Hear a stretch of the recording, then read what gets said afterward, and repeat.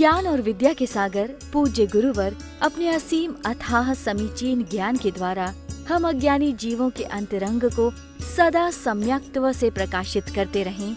इन्हीं भावनाओं के इच्छुक गुरुवर के पावन पवित्र चरणों में कोटि कोटि नमोस्तु।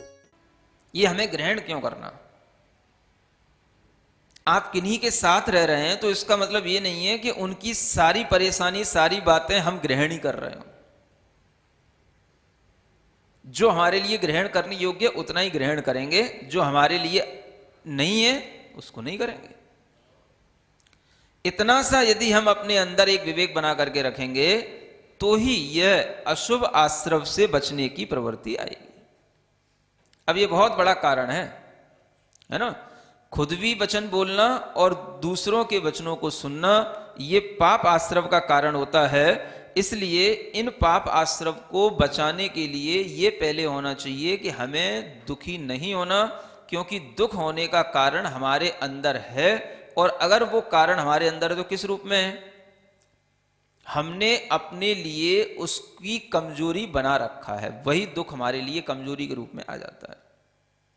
आप बस अपने आप को इतना मजबूत करो कि हमें किसी के कहने से कोई नुकसान नहीं पहुंचाना अपने आप को, और किसी की बातों से हमें परेशान नहीं होना। कौन हमारे लिए कहां तक साथ देगा? आदमी तो कह के चला गया, समझ आ रहा है? आप क्या कर रहे हो? मान लो वो आदमी कह करके किसी ना किसी तरीके से बहुत दूर चला गया, तो अब भी आप क्या करोगे? आपका मन कमजोर है तो आप उसको हमेशा याद बनाए रखोगे, गांठ बांध के रखोगे। ये गांठ नहीं बांधना। मन का काम है गांठ बांधना। मन का काम है बार बार उस चीज को याद करके उसके प्रति रोना। उसने बुरा कर दिया मेरा, उसने मुझे रुला दिया, उसने मुझे गाली दे दी, उसने मेरा बुरा कर दिया, उसने मेरे को लूट लिया, उसने मुझे बर्बाद कर दिया, उसने मेरी निंदा कर दी, उसने मेरा अपवाद कर दिया, उसने मुझे कहीं का नहीं छोड़ा। किसने भाई? वो कौन होता है तुम्हारे लिए कुछ करने वाला?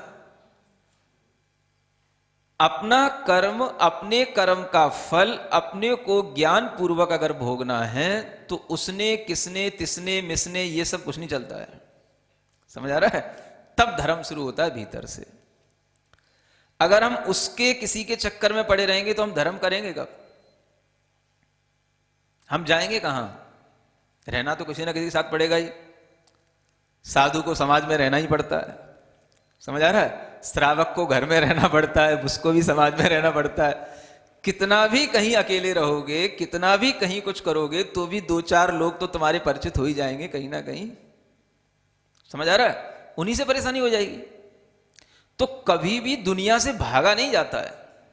दुनिया में रह करके इसी तरह से अपने को मजबूत बनाने की कला सीखी जाती है। तो उसने ये कर दिया, उसने ये कहना, तो अब अपने लिए छूट जाना चाहिए, इसको रोकना है। कोई मेरे लिए कुछ नहीं करता। समझ आ रहा है? मुझे दुख हो गया, दुख इसलिए हो गया क्योंकि मेरे ही कर्मों का हमने जो फल था वो हमने ज्ञान पूर्वक नहीं भोगा। हमने उसके प्रति अपने अंदर ये भाव बना लिया कि उसने मुझे दुख दे दिया। यही सबसे बड़ा अज्ञान है। तो इस अज्ञान को रोकना है कि नहीं? ये आश्रव का प्रकरण तो पूरा होने वाला है। रोकोगे कब? संबर आएगा तब रोक लेंगे। हमारा संबर में रोका जाता है, ऐसा है? आश्रम में तो अभी आने दो, आने दो, आने दो। इतना भी ना आने दो कि उसमें बिल्कुल बह जाओ। थोड़ा अपने आप को रोक के तो रखो कि आश्रव भी इस प्रकार से अगर हो रहे हैं तो देखो, पाप का मतलब ही दुख होता है। जब भी दुख हो समझो हम पाप कर रहे हैं। समझ आ रहा है? दूसरे के कारण से कर रहे हैं तो अपने अंदर की कमजोरी समझो कि नहीं, दूसरे के कारण से हमें कोई पाप या दुख अपने अंदर नहीं करना। पाप और दुख अलग अलग चीजें नहीं है। समझ में आ रहा है ना? दुख कहते ही हमें दूसरों की बातें या कुछ बातें याद आने लग जाती हैं, और पाप कहते हुए हमें ऐसा लगता है ऐसे कोई हिंसा, झूठ, चोरी, कुछ नहीं, इसी का नाम पाप है। ऐसा कुछ नहीं है। तत्वार सूत्र में आगे पढ़ाया जाएगा, दुख मेव वा, है ना? एक सूत्र आता है, माने पाप जो है यही दुख है। तो जो दुख हो रहा है वही पाप है, और जो पाप है वही दुख है।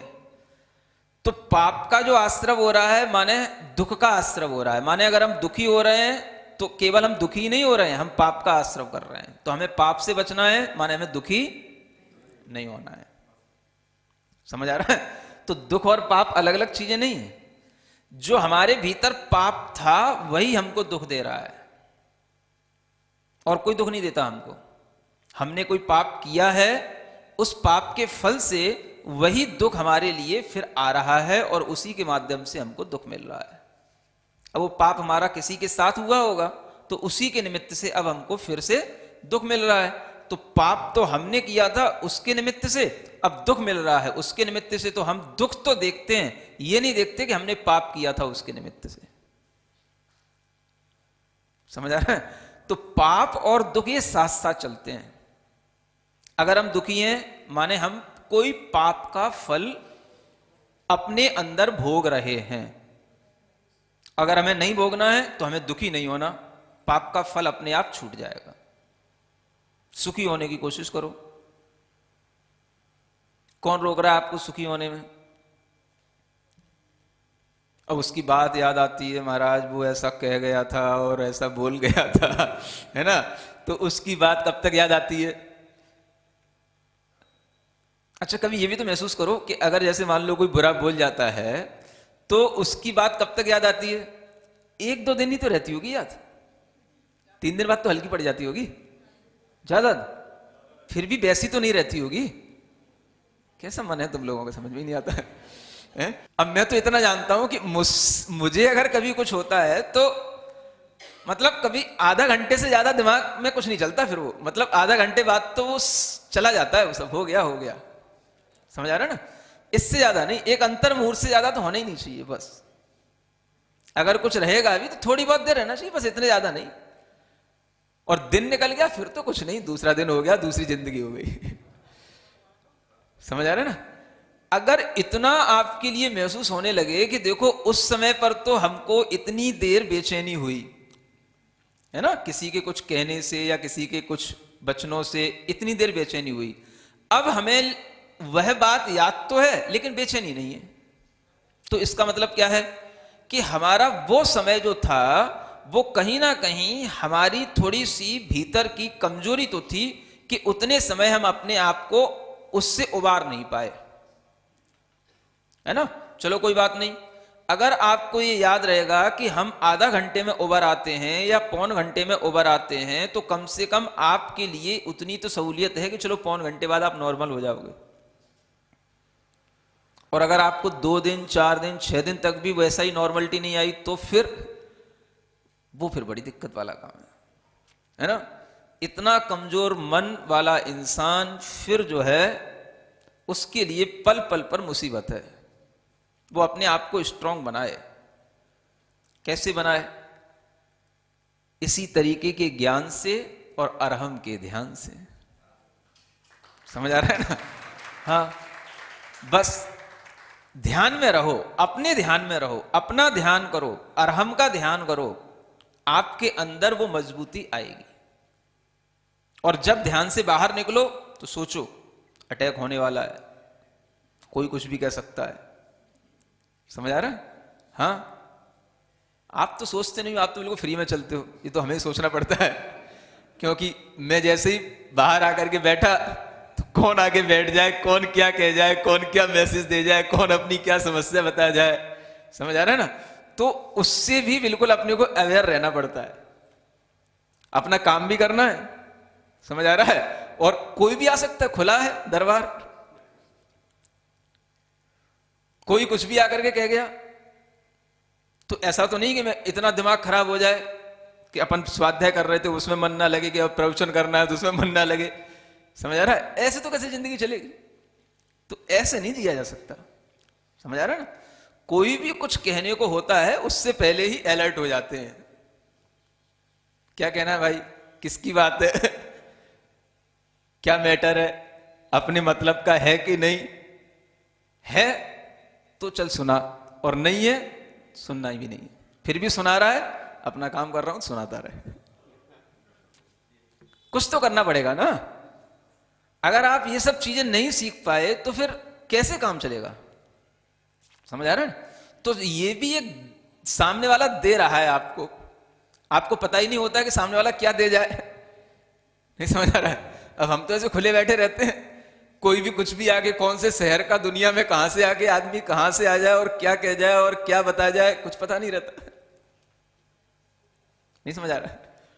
वहां पर उस शहर में ये बात चल रही थी महाराज आपके बारे में, क्या चल रही थी भाई? अच्छी चल भी सकती, बुरी भी चल सकती है, हमें क्या फर्क पड़ रहा है? समझ आ रहा है? अगर बुरी भी चल रही थी, अच्छी बात है, कोई बात नहीं, कम से कम बात तो कर रहा था, मुझे जानता तो है, चलो बस इतना ही बहुत। हाँ, क्या फर्क पड़ रहा है? समझ आ रहा है? तो कोई फर्क नहीं पड़ना चाहिए, इन चीजों से कुछ नहीं होता जाता। समझ आ रहा है? आदमी का आज दिमाग क्या है, कल क्या होगा, अपने कोई पता नहीं, उसी को खुद अपने दिमाग का पता नहीं, अपन क्यों उससे परेशान हो? जब तक आप इस तरीके की मेंटेलिटी नहीं बनाओगे, तब तक आप इस दुनिया में अच्छे ढंग से जी नहीं पाओगे। समझ आ रहा है ना? कोई भी लाइन सुरक्षित नहीं होती, कोई भी स्थान सुरक्षित नहीं होता। सुरक्षा हमारे मन के अंदर से शुरू होती है, और जब हम खुद अपने आप में इस तरीके की पहले से ही सुरक्षा कवच अपने अरहम ध्यान से बना करके तैयार होकर के बैठते हैं, तभी हम सुरक्षित रह पाते हैं। मतलब क्या है हमें दूसरे से, और जितना मतलब है बस उतना ही मतलब है, जैसे ज्यादा मतलब हमें क्या है? किसी का बहुत कुछ ये हो गया वो हो गया, अरे भाई अगर अपन उसमें कुछ कर सकते हैं तो कुछ इन्वॉल्व होना है, और नहीं कर सकते तो मेरा लाइन ही नहीं है, मेरा मैटर ही नहीं है, क्यों उसमें पढ़ना है? बात खत्म। अगर हम इस तरीके से अपने आप को नहीं बचाएंगे तो ये पापाश्रव कभी बचने वाला नहीं है। समझ आ रहा है? तो शुभ में लगना ये बड़ा कठिन काम है, क्योंकि संस्कार जो हमारा पड़ा है वो पाप का पड़ा हुआ है। हमने पहले पाप ही बोया है, दुख ही बोया है, और हम आज दुख भोग रहे हैं। तो उससे अगर हम इस दुख को अपने ज्ञान के साथ तोड़ करके चलेंगे तो ही हमारे अंदर सुख आएगा, नहीं तो हम दुखी आज हैं तो आज का दुख फिर हमारे लिए अगले दुख की तैयारी में खड़ा है, भविष्य में हमारे लिए दुख के लिए फिर वो तैयार है। अब वो दुख कहां से आएगा? तो वो आज ही हम तैयार कर रहे हैं, वो और कहीं से नहीं आ रहा है। कोई किसी को दुख नहीं देता, सिर्फ हम अपने आप को ही दुख देते हैं, ये पहले हमें विश्वास कर लेना चाहिए। समझ आ रहा है ना? इसलिए उसने, है ना, तुमने, उनने, ये सब जो है आरोपित करने वाली जो बात आती है, यह बात हमारे अंदर धीमे धीमे क्या होना चाहिए? है? कम हो जाएगी। जब तक संबर भावना आ जाएगी महाराज, तब तक मन बना लेंगे। है? चलो आगे आचार्य देखो क्या कहते हैं। सुगुप्तेन सुकायेन कायोत्सर्गेण वा निशम संचिनोति शुभम कर्म काय योगेन संयमी। अब देखो, शुभ कर्म को संचित करने के लिए कैसी काया की व्यवस्था होनी चाहिए वो यहां बताई जा रही है ना? आपकी काया, अगर मान लो आप अपने शरीर से शुभ चाहते हैं तो आचार्य कहते हैं अपने शरीर को गुप्त रखो। गुप्त कैसे रखो? शरीर की गुप्ती बना करके रखो, यानी शरीर को संयमित इतना करके रखो कि शरीर के अंदर जो भी इंद्रियां हैं वो इंद्रियां आपके कंट्रोल में इतनी रहें कि आप उनको अपने गुप्ती के साथ में रखो। गुप्ती माने रोक करके, उनकी रक्षा करके। समझ आ रहा है? अब कैसे रोकें? गुप्त का मतलब क्या होता है? सामने वाला कोई सुनाना चाह रहा है ना, कान में ही कह रहा है भाई मत सुना, मुझे नहीं कहना। अब वो नहीं मान रहा है तो क्या करो? अब अपनी गुप्ती खुद बना लो। अब कान तो है, कान में उंगली तो नहीं डाल सकते, है ना, लेकिन उन कानों से हमें कुछ भी अब सुनने की इच्छा नहीं है, और वो सुना के चला जाए कोई बात नहीं, मैं बैठा हूं, मुझे वो कान से सुना हुआ वचन सिर्फ कान से ही सुनने में आया, मैं उसको मन में कुछ नहीं रख रहा। ये होगी गुप्ती। सुन रहे हो? किसके लिए? आप ही के लिए होगी महाराज। हैं?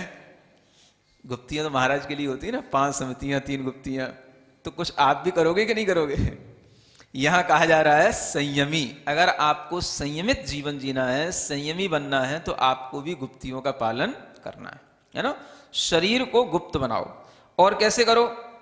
सुगुप्तेन सुकायेन, अपनी काया को बड़ा माने अच्छी बनाओ। अच्छी काया कब कहलाती है? आचार्य कहते हैं कि जब हम कायोत्सर्ग की स्थिति में होते हैं तब काया से हमारे लिए शुभ का आश्रव होता है, और कायोत्सर्ग की स्थिति में होने वाली काया ही गुप्त काया और सुकाया मानी जाती है। कायोत्सर्ग जानते हैं? कायोत्सर्ग में क्या होता है? अपनी काया से अपना मम भाव छोड़ देना, है ना। यह शरीर मेरा नहीं, मैं हूं सिर्फ, शरीर भी मेरा नहीं, और इस तरह के भाव के साथ में बस बैठ जाना या खड़े रहना, इसका नाम है कायोत्सर्ग। अब जब शरीर मेरा नहीं तो कोई मेरे कानों में कुछ कह रहा है, सुना रहा है, तो कान भी मेरा नहीं, जो सुनने में आ रहा है वो भी मेरा नहीं, तो आश्रव होएगा काय को? हमें करना क्या है? हमें तो कायोत्सर्ग करना है। हमें तो जब ये शरीर ही छोड़ना है तो दूसरे के वचन को ग्रहण क्या करना है? नहीं समझ आ रहा? जिसको शरीर से ही ममत्व छोड़ना है, शरीर को ही छोड़ना है, तो अब दूसरे की चीज क्यों ग्रहण करेगा? वो क्या ग्रहण करेगा? जिसे अपने शरीर से भी ममत्व को त्याग करने का भाव है, तो वो दूसरे के वचनों में ममत्व क्यों रखेगा? ये उसने मुझसे कह दिया, क्या कह दिया? एक कायोत्सर्ग करो, सब छोड़ दो। मन छूट गया, शरीर छूट गया, शरीर से सब चीज जुड़ी हुई है, शरीर से ममता छोड़ो, शरीर छूटेगा, आपको केवल अपने आत्मा का अस्तित्व महसूस होगा। जो मन में है वो भी छोड़ दो, किसी के वचनों से कुछ सुना है वो भी छोड़ दो, शरीर छूट गया, क्या बचा? सिर्फ आत्मा। आदाखुमज्ज शरणम, मेरे लिए शरण क्या है? मेरी आत्मा ही मेरे लिए शरण है, बस। इस भाव का नाम कायोत्सर्ग है। सुन रहे हैं? कभी किया है कायोत्सर्ग? कोशिश करो, है ना। कराता हूं कई बार आराम ध्यान की, जब प्रोसेस अच्छे ढंग से कराई जाती है तो उसमें कायोत्सर्ग की व्यवस्था होती है ना। और उस कायोत्सर्ग को करने के लिए आपको कम से कम इतना अभ्यास करने का शुरू कर देना चाहिए कि हम बिल्कुल स्थिर होकर के बैठ करके 27 बार अपनी श्वासोच्छ्वास से एक कायोत्सर्ग कर लें। कैसे कर लें? कायोत्सर्ग में आपको किसी चीज पर ध्यान नहीं देना, केवल जो एक श्वास ले रहे हैं और श्वास छोड़ रहे हैं, इसको बोलते हैं एक श्वासोच्छ्वास, है ना। और आपको बस काया से ममत्व छोड़ करके 27 बार अपनी श्वासोच्छ्वास को केवल गिनना। आप देखोगे कि आप स्थूल जगत से सूक्ष्म जगत में आपका मन पहुंच जाएगा, संबंध सब छूट जाएंगे, अपने आप आपका मन जो है राहत पा जाएगा। आपके भीतर किसी भी तरह का कोई भी विचार की जो श्रृंखला निरंतर चल रही है वो उतने टाइम के लिए बिल्कुल ब्रेकअप हो जाएगी, बस आपके मन को आराम मिलेगा। कायोत्सर्ग का मतलब क्या? मन को जीते जागते आराम देना। जीते जागते, सोने के बाद नहीं, हम जी रहे हैं, अभी जिंदा हैं, बिल्कुल देख रहे हैं, और जीते जागते मन को आराम देना, इसका नाम है कायोत्सर्ग। तो आचार्य कहते हैं जब ऐसा कायोत्सर्ग में जब कोई जीव स्थित होता है तो वो अपनी काया से शुभ का आश्रव कर रहा होता है, अशुभ तो उसके पास काया के लिए कुछ बचा ही नहीं, है ना। फिर आचार्य आगे कहते हैं सततारंभ योगैश्च व्यापारै जंतुघातकै शरीरम पाप कर्माणि संयोजयति देहिनाम, है ना। एक तो ये हो गया शुभ काया के आश्रव के लिए जो ऊपर बताया। अब देखो अशुभ काया के आश्रव से क्या होता, कैसे होता है? वही शरीर जब निरंतर आरंभ के कार्यों में लग जाता है, वही शरीर जब पाप के कार्यों में लग जाता है, वही शरीर जब जीव जंतुओं के घात का कारण बन जाता है, तो वही शरीर पाप कर्म के आश्रव का कारण बन जाता है। समझ आ रहा? सबसे ज्यादा आश्रव अपने शरीर से ही होता है। तो शरीर का ममत्व छोड़ करके थोड़ी देर बैठने का अभ्यास करना ही पाप से मुक्त होने का अभ्यास है। और जैसे ही हमारा शरीर चलेगा, उठेंगे, बैठेंगे, घूमेंगे, खाएंगे, पिएंगे, सब जगह जीव हिंसा का विकल्प आता है। समझ आ रहा है? हमारे हर क्रिया से जीव हिंसा होती है। शरीर जीवों की हिंसा का सबसे बड़ा कारण है, लेकिन उस शरीर का समय समय पर कायुत्सर करके उससे ममत्व का त्याग करने का अभ्यास बनाए रखना, ये अपने आप को उस शरीर से मुक्त करने का अभ्यास, यानी पाप से मुक्त करने का अभ्यास है। ये श्रावक के लिए भी है, ऐसा नहीं है कि केवल महाराज के लिए है। इसीलिए आपको जब भी कभी स्वाध्याय करने से पहले कहा जाता है एक कायोत्सर करो, स्वाध्याय पूरा हो गया एक कायोत्सर करो, भोजन करने बैठो एक कायोत्सर करो, भोजन करके उठो एक कायोत्सर करो। समझ आ रहा? कोई भी शरीर की क्रिया करके आओ,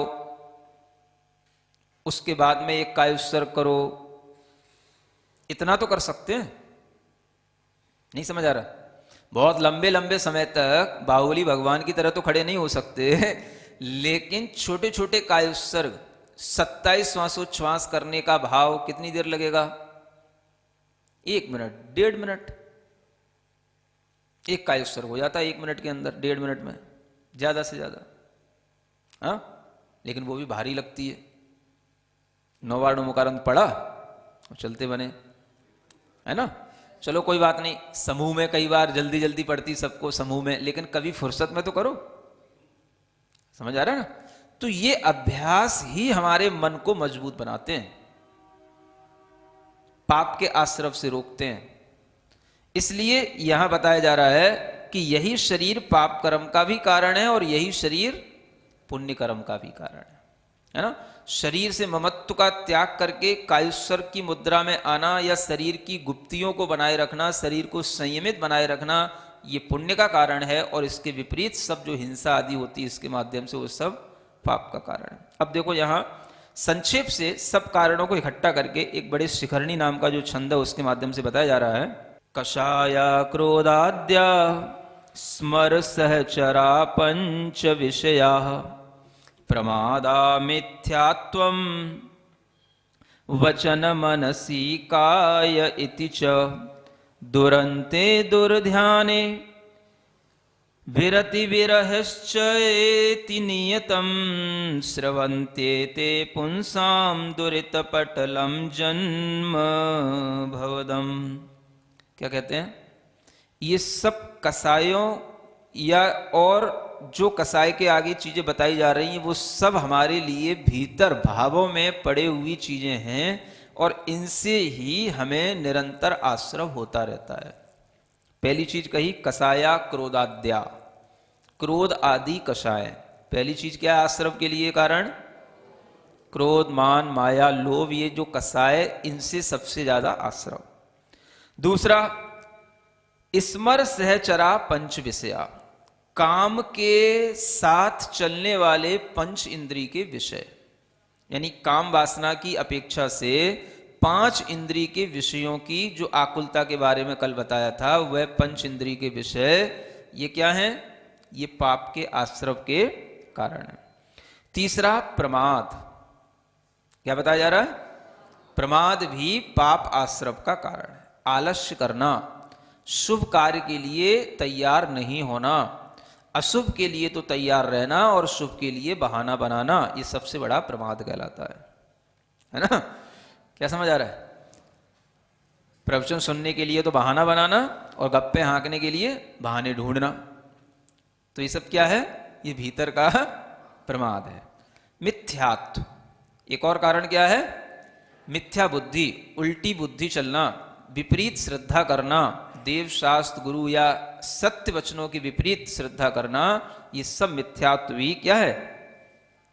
पाप आश्रव का कारण है। और इसके साथ साथ मन वचन काय की क्रियाएं जो कि दुर्ध्यान के साथ में चलती हैं, ये सब भी पाप आश्रव के लिए कारण है। यानी दुर्ध्यान भी हमेशा जो किसी ना किसी के बारे में सोचता रहता है, किसी को लेकर के कुछ ना कुछ बुरा सोचता रहता है, वह भी एक पाप आश्रव के लिए कारण होता है। दूसरे के बारे में हमें ज्यादा सोचना भी क्या बना देता है? एक तरीके से पाप आश्रव के कारण में लगा देता है ना? क्योंकि हम दूसरे के बारे में अच्छा कम सोचते हैं, बुरा ज्यादा सोचते हैं। और दूसरे ने अगर हमारे लिए कुछ बुरा कर दिया तो हम सोचते रहते हैं, उसकी याद किए रहते हैं, है ना। तो ये सब दुर्ध्यान। और विरति से दूर होना, माने व्रत नहीं होना, विरक्ति नहीं होना, ये भी पाप आश्रव का कारण है। जैसे ही विरक्ति हो जाती है, कुछ से हम बच जाते हैं, तो हम बहुत कुछ दुख से अपने आप को बचा लेते हैं। जो भी अड़ुव्रती होते हैं, प्रतिमाओं को धारण किया जाता है, अपने आप ही हमारा बहुत सारा एकदम से हमारा क्राइटेरिया जो है, काफी कुछ जो है अपने कंट्रोल में आ जाता है कि हम इससे बच गए, इन चीजों से हमें कोई मतलब नहीं रहा। इसका नाम ही विरक्ति है, विरति है ना। और विरति नहीं होना ये पाप के लिए कारण है। इन सब कारणों से दुरित के पटल, पटल जानते हो, पटल पटल पटल माने मोटी मोटी पट्टियां पाप की, हैं क्या बोलते हो,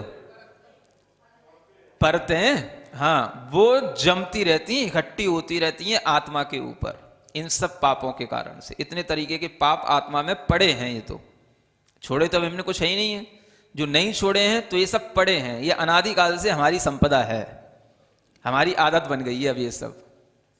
समझ आ रहा है?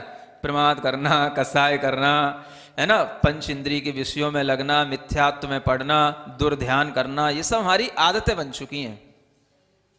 इसलिए हमें ऐसा नहीं लगता कि ये चीजें अलग हैं और हम अलग हैं। अविरति है, ये भी हमारी आदत बन चुकी है। तो ये सब हमें करने की अब तैयारी करनी पड़ेगी। क्या करने की?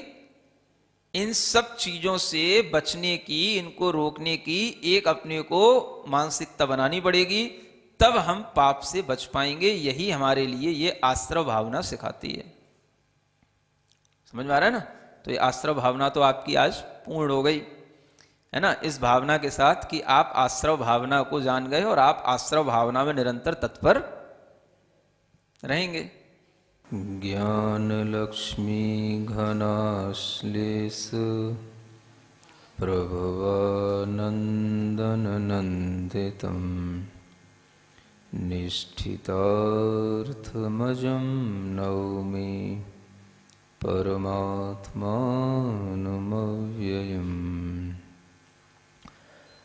आचार्य शुभचंद्र देव विरचित ज्ञानार्णव ग्रंथराज में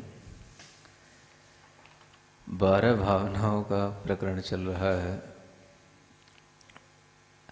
आश्रव भावना पूर्ण होने के बाद संवर भावना का प्रकरण प्रारंभ होता है। सभी जानते हैं आश्रव का मतलब है कर्मों का आना और संवर का मतलब है कर्मों का रुक जाना।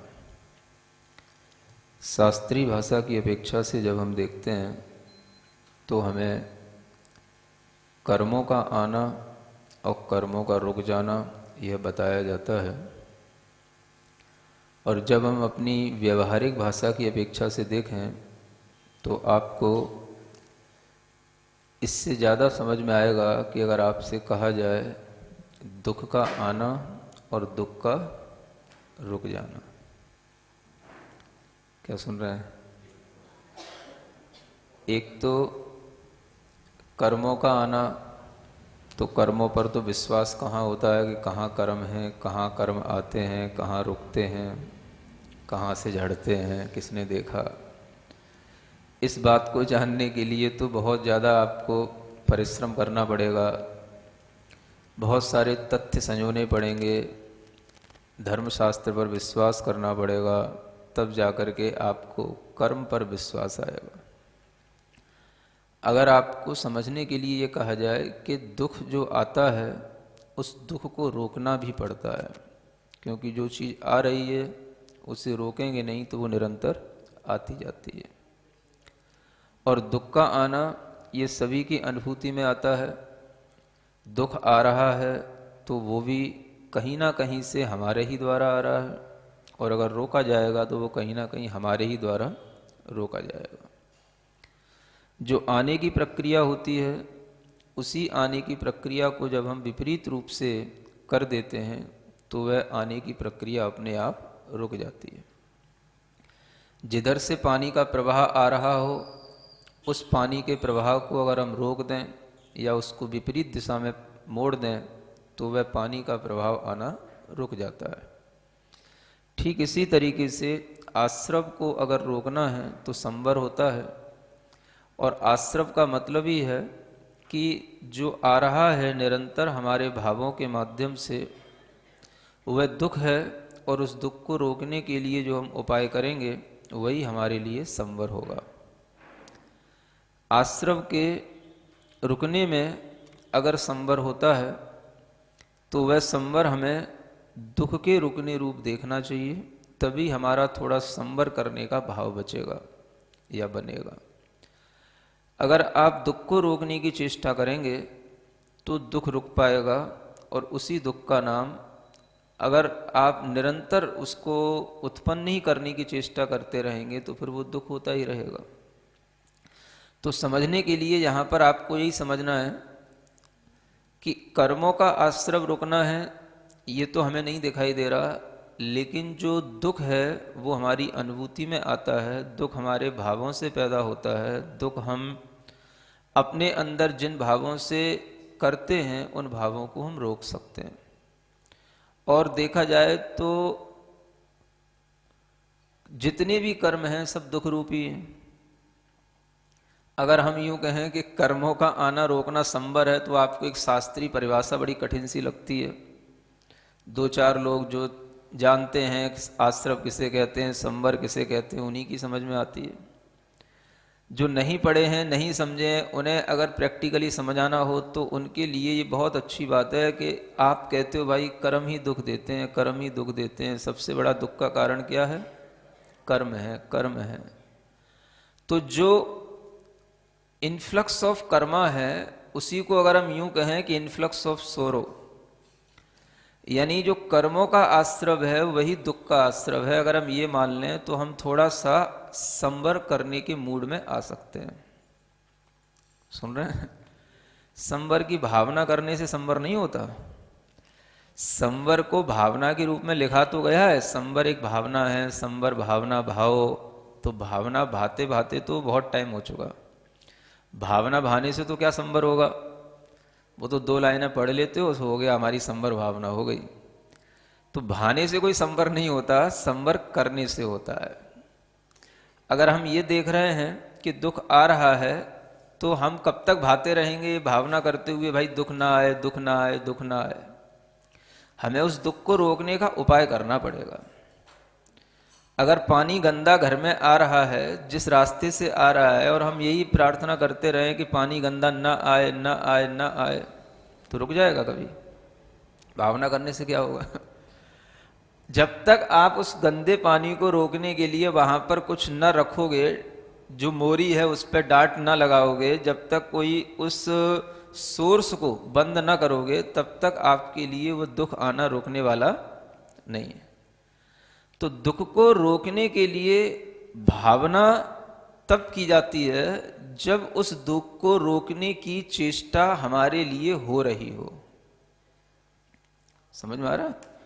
यानी जिस समय पर आप चेष्टा कर रहे हो, समझो आप उसी समय पर भावना कर रहे हो। लोग इसका अर्थ ये समझते हैं केवल भावना करते रहो, भावना करते रहने से ही जो है अपने आप दुख रुक जाएगा। कभी नहीं रुकने वाला। भावना करने से भला कैसे दुख रुक जाएगा? जब चेष्टा करोगे तो उस समय पर जो भावना होगी वो भावना कहलाएगी, क्योंकि जिस समय आप उस नाली को रोक रहे हो उस समय पर आप भावना भी तो कर रहे हो कि रुक जाए, तभी तो हम रोक रहे हैं। तो रोकना और करना ये दोनों साथ होते हैं। इसलिए जब आप देखोगे कि संवर की बात आती है तो संवर मुख्य रूप से व्रत के माध्यम से होता है। किससे होता है संवर? व्रतों के माध्यम से होता है। जो महाव्रत लेते हैं, परीक्षाओं को जीतते हैं, जो सब तरीके के उपसर्ग आदि को भी सहन करते हैं, उनके लिए 12 भावनाएं हैं। क्योंकि वो कर रहे हैं, कर रहे हैं तो करेंगे तो भाएंगे, बिना भावना के कर कैसे सकेंगे? तो कुछ गृहस्थ लोगों ने इन चीजों को इतना अलग कर रखा है कि भावना भावना करो, करना कुछ नहीं है। समझ आ रहा है? तो बिना करे हुए वो भावना क्या काम करेगी? आप जब करते हो तभी भावना होती है, और तभी वो भावना बलवती होती है, और तभी उस भावना का कुछ प्रयोजन होता है। ज्ञान और विद्या के सागर पूज्य गुरुवर अपने असीम अथाह समीचीन ज्ञान के द्वारा हम अज्ञानी जीवों के अंतरंग को सदा सम्यक्त्व से प्रकाशित करते रहें। इन्हीं भावनाओं के इच्छुक गुरुवर के पावन पवित्र चरणों में कोटि कोटि नमोस्तु।